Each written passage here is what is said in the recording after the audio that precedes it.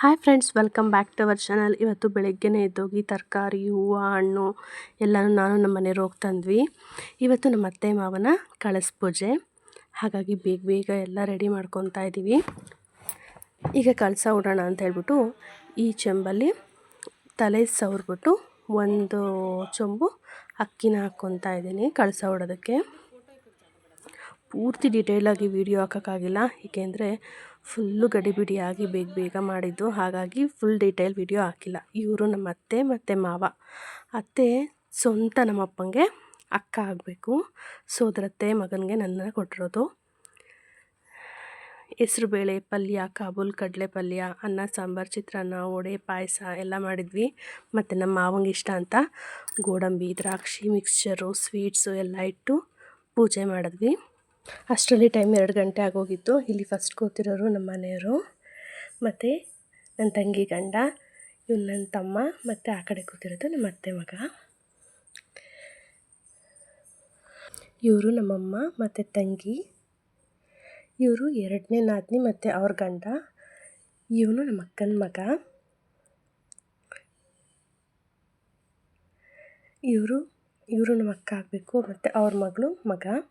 ಅಕ್ಕ ಬೇಗನೆ ಬಂದು ತುಂಬ ಹೆಲ್ಪ್ ಮಾಡಿದ್ರು. ಥ್ಯಾಂಕ್ ಯು ಮಂಜು ಅಕ್ಕ. ಇವರು ನಮ್ಮ ಅಪ್ಪಾಜಿ, ಮತ್ತು ಮಧ್ಯ ಕೂತಿರೋದು ನನ್ನ ತಂಗಿ ಆಗಬೇಕು, ಮತ್ತು ಇವಳು ನನ್ನ ತಂಗಿ, ಸ್ವಂತ ತಂಗಿ.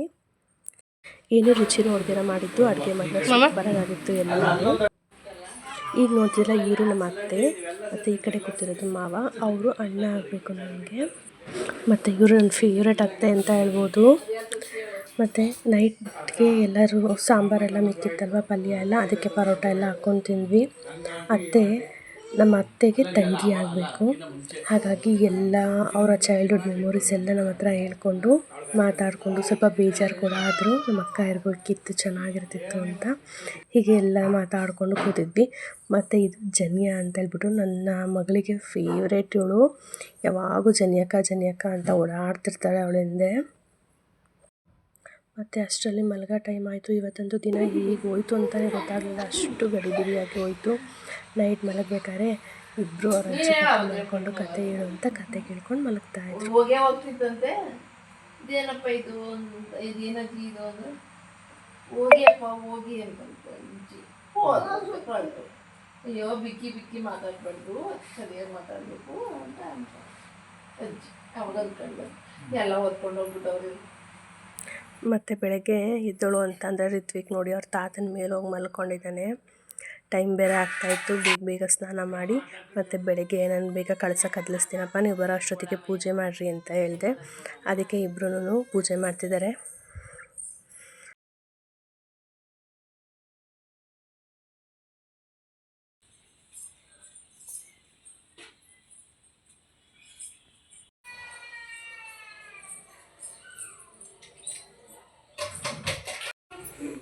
ಮತ್ತು ಅಮ್ಮ ಇಲ್ಲಮ್ಮ ನಾನು ಧೂಪನೂ ಹಾಕಬೇಕು ಅಂತಂದ, ಹಾಗಾಗಿ ಮತ್ತೆ ಧೂಪ ಕೂಡ ಮಾಡಿಕೊಟ್ಟೆ. ಧೂಪ ಹಾಕಿ ಇಬ್ಬರು ಕೈ ಮುಕ್ಕೊಂಡು ಹೊರಟ್ರು ಬೇಗ ಸ್ಕೂಲಿಗೆ. ಕೆಂಡದ ಮೇಲೆ ಹಾಕು ನೀಟಾಗಿ. ಕೆಂಡದ ಮೇಲೆ ಹಾಕು, ಒಂದೇ ಕಡೆ ಹಾಕು ಸಾಕು. ಹಾಕ್ಬಾರಪ್ಪ ನೀನು ಧೂಪ ಹಾಕಮ್ಮ ಅದನ್ನ.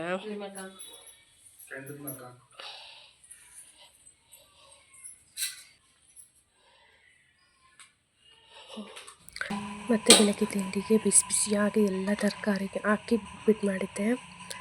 ಫೇವ್ರೇಟ್ ಉಪ್ಪಿಟ್ಟು ಅಂತ ಹೇಳ್ಬೋದು. ಬಿಸಿಯಾಗಿ ತಿಂತಾಯಿದ್ರೆ ಆಹಾ, ನೋಡ್ತಾಯಿದ್ರೆ ಈಗಲೂ ಬಾಯಲ್ಲಿ ನೀರು ಬರ್ತಾಯಿದೆ. ಅದಕ್ಕೆ ಒಂದು ಸ್ಪೂನ್ ತುಪ್ಪ ಮತ್ತು ಉಪ್ಪಿನಕಾಯಿ ಹಾಕ್ಕೊಂಡು ನೆಂಚ್ಕೊತಾ ಇದ್ದರೆ ಸ್ವರ್ಗ ಅಲ್ವಾ.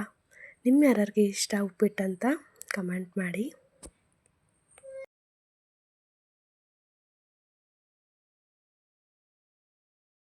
ಇವರು ನಮ್ಮ ದೊಡ್ಡ ನಾದಿನಿ. ಸೂಪರ್ ಆಯ್ತಾ?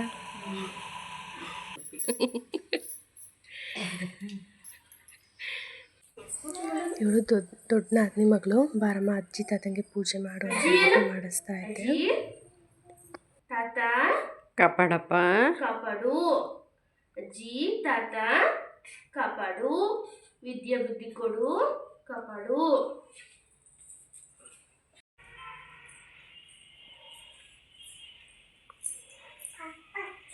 ನೋ ಮುಟ್ಬಾರ್ದು.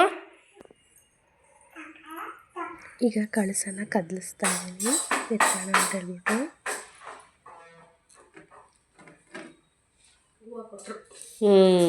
ಒಳ್ಳೇದಾಗ್ಲಮ್ಮ.